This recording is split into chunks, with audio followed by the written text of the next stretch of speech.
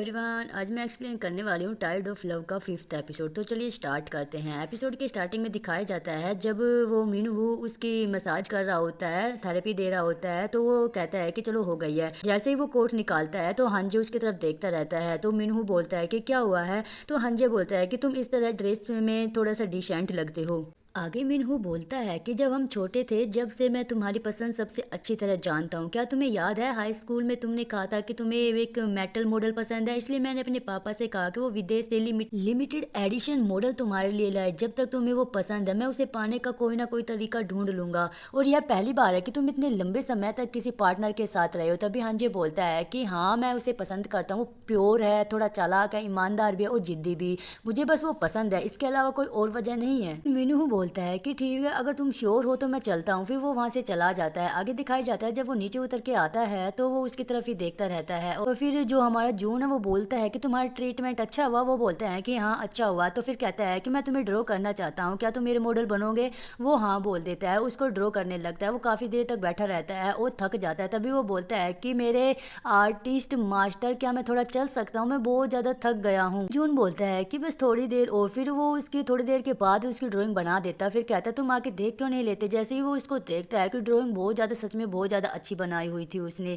तो वो उसकी तरफ देखता ही रहता है बड़े प्यार से और कहता है कि मेरी आंखों में तुम ऐसे दिखते हो। तो और बोलता है कि क्या ये एक्यूरेट नहीं है। तो हंजे बोलता है कि हाँ बहुत अच्छी है, बिल्कुल एक्यूरेट है ये, और ये तुमने मुझे सच में रियल देखा है यहाँ पर। और तभी वो भी उसी पर ड्राइंग करने लगता है, एक प्यारा सा ड्रॉ बना देता है वहीं पर। वो स्माइल करता रहता है और कहता है कि तुम्हें सच में ड्राइंग करनी नहीं आती है। वो बोलता है कि नहीं मुझे नहीं आती है। एक ड्रॉ बना देता है वहाँ पे, दो छोटे छोटे से, पता नहीं इसको क्या बोलते हैं, वो बना देता है। और फिर वो उसकी तरफ देखकर बोलता है कि चलो मुझे किस दो। वो थोड़ा इतराता है, बोलता है कि मैं नहीं दूंगा। फिर वो फाइनली उसे किस कर ही देता है। आगे हांजी अपने दोस्त से मिलने के लिए आता है तो उसका दोस्त बोलता है कि ओह वाह, आज सूरज कहाँ से निकला, अब तुम मुझे सच में बाहर चलने के लिए पूछा है। तो हांजी बोलता है कि मुझे लगता है कि मैं हाल ही में खुद जैसा फील नहीं कर रहा हूँ। मैं उसे अपनी दुनिया में खींच लाना चाहता हूँ, लेकिन इस बार आसान नहीं है। पहले उसे काबू में करना आसान था, लेकिन उस पर होने वाले चक्कर क्रू हो जाते हैं। हिंसक भी थी, लेकिन यह तरीका मुझे अच्छा नहीं लगा। जो मैं चाहता हूँ इस तरह बिहेव किए जाने पर कोई भी झुक जाएगा, क्या तुम्हें नहीं लगता है। तो वो अब मुझे मात देने की कोशिश कर रहा, वो मेरी बात बिल्कुल भी नहीं सुनता है। तो उसका दोस्त बोलता है कि क्या यह अच्छा नहीं होगा कि तुम बस उसे अपने साथ बांध लो। हांजे कहता है कि वह सुविधाजनक तो होगा, लेकिन वो नहीं है जो मैं चाहता हूँ। मैं जो चाहता हूँ वो एक अनकंसेप्शन है, कोई इस्तेमाल और कोई अलग बात, बल्कि यहाँ से आने वाली सच्चाई भी अलग है। मुझे यकीन है कि तुम इसे नहीं समझोगे। उसका दोस्त उसे कहता है कि तुम तो सच में ही उसके बारे में वरीड होने लगे, ये तो बहुत तुम्हारे जैसा नहीं है बिल्कुल भी। और तुमने कहा कि वो हाजुन है, चिंता मत करो, मैं उसके साथ कुछ नहीं करूंगा, लेकिन कभी कभी मेरे पास और भी ज्यादा विकल्प होते हैं। आगे फिर से उसके ट्रीटमेंट का सीन दिखाया जाता है। तो वो बोलता है कि अब तुम कुछ दिनों से ठीक हो, बट तुम्हारी जो ट्रीटमेंट है वो कंटिन्यू करना होगा ताकि तुम बेटर फील करो। तभी उसकी बॉडी पर वो कुछ निशान देखता है। वो बोलता है कि ये क्या है, ये सब जगह है। तो वो बोलता है कि हाँ जी क्या कर रहे हो तुम। और उसकी भी नजर उसके गर्दन पर पड़े निशान पर जो होता है उस पर पड़ जाती है। उससे बोलता है कि ये क्या है। तो मिनहू बोलता है कि मैंने ये पर्पज पर किया है कि ताकि मैं तुम्हें समझ सकूं। तो हंजे बोलता है कि पर तुमने मेरे लिए क्यों किया है, हाँ क्या तुम पागल हो गए हो, क्या तुम्हें ये मजाक लगता है। ये एक सिर्फ मेरा प्रीफरेंस है और कुछ नहीं है, और तुम किसी भी चीज के बारे में नहीं जानते हो। फिर उसका फ्रेंड बोलता है कि तुम बिल्कुल, मुझे ऐसा करना पड़ा, अगर मैं तुम्हारी मदद करना चाहता हूँ तो तुम्हें ठीक करना चाहता हूँ, तो मुझे पहले सच में तुम्हें जानना होगा, और मैं उससे तो बहुत ज्यादा हूँ। तो क्या तुम मुझे नहीं चुन सकते हो। मुझे तुमसे डर नहीं लगता है और मैं तुम्हें छोड़कर भी नहीं जाऊंगा। तुम जो चाहोगे मैं सब करूंगा, किसी ऐसे इंसान के साथ रहने से जिसके साथ तुम्हें हर समय डर डर कर चलना पड़े और जो कभी तुम्हें छोड़ सकता है। क्या मेरे साथ रहना आसान नहीं है।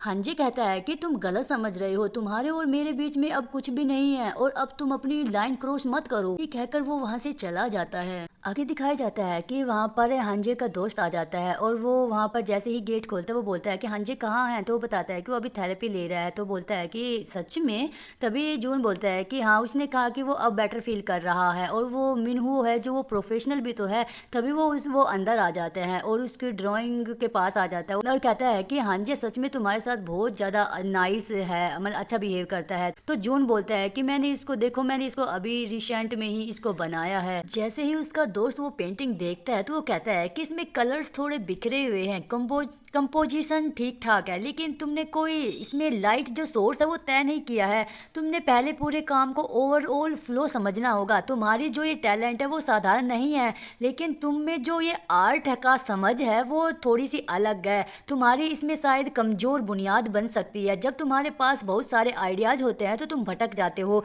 या फिर काम थोड़ा कच्चा हो, या फिर थोड़ा फाउंडेशन इसका कच्चा है। तुम जल्द ही ग्रेजुएट होने वाले हो, ये अच्छा नहीं लग रहा है।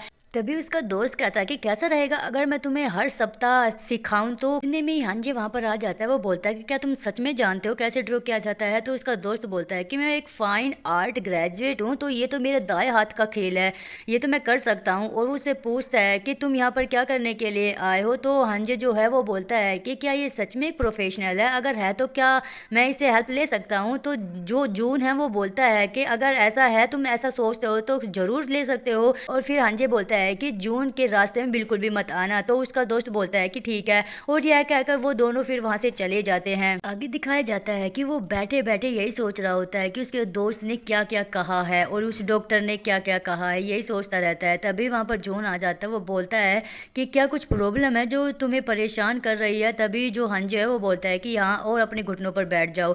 तब जैसे ही वो अपने घुटनों पर बैठता है तो उसे बोलता है कि जून, अगर मैंने तुम्हें कॉन्ट्रैक्ट साइन करने के लिए नहीं किया होता, विदाउट कॉन्ट्रैक्ट अगर हम रिलेशनशिप में होते, क्या तुम जब भी मुझे चूज करते? वो जैसे ही ये बात बोलता है तो जून अपनी आंखों में पट्टी बांधने वाला होता है। तो वो बोलता है कि ऐसा मत करो, और वो उसके हाथों को बांध देता है फिर, क्योंकि उसने हाथों के लिए ही इसको बोला था। उसके फेस को टच करते हुए बोलता है कि मैं जानता हूँ यही सबसे अच्छा रास्ता है, कंफर्टेबल रास्ता है ये। और उसको वो किस करने लगता है। और फिर हांजे बोलता है कि मैंने तो अभी स्टार्ट भी ठीक से नहीं किया और तुम्हें इसे फीलिंग भी होने लगी। और उसको पैर से उसके पार्ट को दबाता रहता है बड़ी मुश्किल से। और जून जो है वो बोलता है कि मैं प्रूव कर सकता हूँ। तो उसको ऊपर बैठ जाता है और वो उसके साथ जबरदस्ती करने लगता है, किस करने लगता है, इंटीमेट होने लगता है। आगे हमें फिर से ट्रीटमेंट का जो सीन है वो दिखाया जाता है, बट वहां पर जो मीनू होता है वो बोल देता है कि मुझे बस तब अच्छा लगता है जब हम अकेले होते हैं, या सिर्फ हम दोनों हैं। तुम जो चाहो कर सकते हो और मैं भी वही करूंगा जो तुम चाहोगे। मुझे पता है तुम जून के बारे में सोच रहे हो, लेकिन मैं तुमसे उससे ज्यादा तुम्हें सेटिस्फाई कर सकता हूँ। तो जो हंजे है वो बोलता है कि ठीक है, करो, कोशिश करो, आगे बढ़ो। तो फिर वो बोलता है कि मुझे पता है तुम जून के बारे में ही सोच रहे हो, मैं तुम्हें उससे ज्यादा संतुष्ट कर सकता हूँ, सेटिस्फाई कर सकता हूँ। और इतने में ही हंजे बोलता है कि तुम्हें आखिर पता भी क्या है? क्या तुम्हें लगता है कि तुम मेरे और जून के बीच में आ सकते हो, मेरे और उसके बारे में सब जानते हो? तो जवाब दो, तुम्हें क्या पता है? कहो कि तुम मुझसे बेहतर कर सकते हो, अगर कर सकते हो तो करके दिखाओ। और तभी वो बोलता है कि प्लीज मुझे एक चांस तो दो प्लीज। तभी अंजय बोलता है कि चांस दिए नहीं जाते हैं, कमाए जाते हैं। क्या सिर्फ इसलिए हम दोस्त हैं? मुझे तुम्हें मौका देना चाहिए।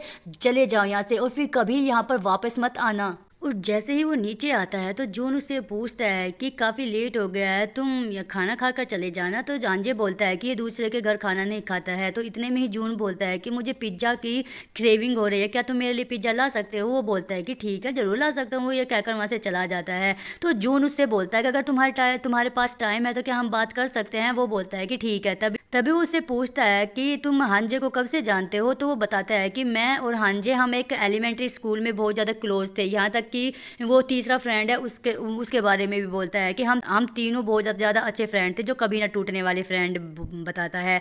और उससे कहता है, और इतने में ही जून बोलता है कि मुझे नहीं लगता कि हांजे कभी अपने पास्ट के बारे में मुझे बताएगा। तभी मीनू बोलता है कि तुम उसको कब से जानते हो? तो जून बोलता है कि लगभग आधे साल से।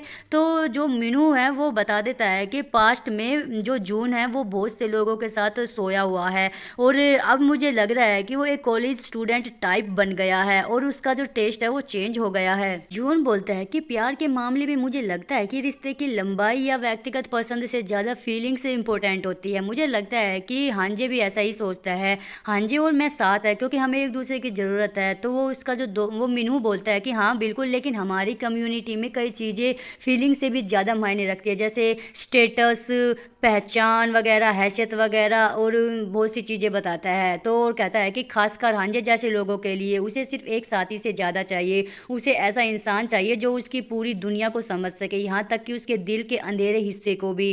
और कहता है कि तुम अभी बहुत छोटे हो, शायद तुम हांजे जैसे इंसान को संभाल नहीं पाओगे। दूसरे वर्डों में कहूँ तो वो तुम्हारे लिए ठीक नहीं है। अभी जून बोलता है कि हांजे ने कहा कि मैं उसके ऊपर भरोसा कर सकता हूँ और इस चुनाव की जिम्मेदारी जो है, रिस्पॉन्सिबिलिटी जो है वो मैं ले सकता हूँ। और फिर जैसे ही वो जाने वाला होता है तो हांजे वहां पर आ जाता है, उससे पूछता है कि तुम अभी तक यहाँ क्या कर रहे हो। तो मीनू बोलता है कि हम सिर्फ पास्ट के बारे में ही बात कर रहे थे और कुछ नहीं। और इतने में ही उसका दूसरा दोस्त आ जाता है और वो कहता है कि तुम यहाँ पर क्या कर रहे हो। वो बोलता है कि जो हमारी जो वाइन थी वो थोड़ी बच गई थी, तो मैंने सोचा चलो तुम्हारे साथ ही पी लेता हूँ।